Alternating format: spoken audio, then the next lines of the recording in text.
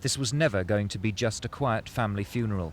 Nearly 500 friends, neighbours and the simply curious turned out to say goodbye to Violet Kray. Some of her family have been described as the most evil villains London has ever known.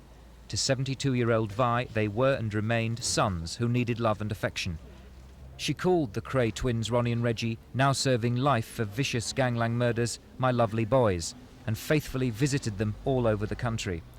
In the shadow of the council flats that have been the family home for 15 years, their floral tributes, roses on chrysanthemums, rested among 300 other wreaths, including one display of red and yellow carnations and lilies, signed simply from the boys in Parkhurst. There were more flowers from film stars, underworld figures, and an ex-great train robber or two. One of Vi's ex-neighbours, Ellen Clement, remembered her with respect. I know her as a neighbour, an ex-neighbour, and I used to meet her almost every Sunday getting her paper, and to me she was a very fine woman. Yeah. And she had more energy, and I was so surprised it happened. She had more energy in her than lots of these youngsters. She used to really, you know, walk quickly, run along the street. Yeah. She was, So and she always asked after my son and my grandchildren, and she didn't even know him. She was a fantastic woman. Half an hour late, the cortege wound its way through the East End the Krays knew so well 13 years ago, to the little Chingford Old Church, now swamped by this unaccustomed congregation and publicity. Hidden inside, Ronnie and Reggie waited, released for a day but handcuffed to their minders, their first real taste of the outside world for 13 years. After a 30-minute service, Ronnie and Reggie were allowed to hug their relatives and close friends for a matter of seconds.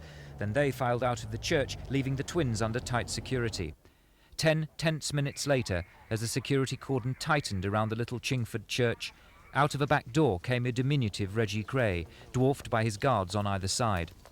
And a few seconds later, his bespectacled twin brother Ronnie.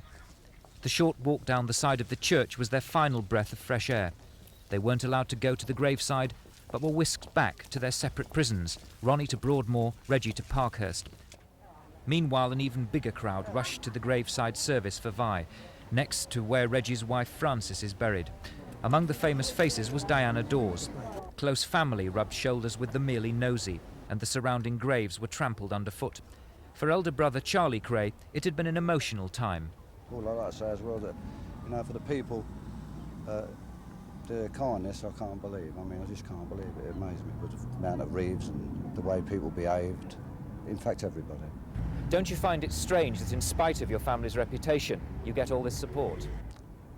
Well, I've got an answer for that, really, is that whatever they did, no one condone, but at the same time, one thing I keep insisting about is they've never harmed the public, you see, and they let people out who do harm the public and kill children and women, they still release them, but the twins, they never do. I mean, they've never harmed the public. Whatever they did was wrong, they know it, but if they let them out tomorrow, the public's not got to run away.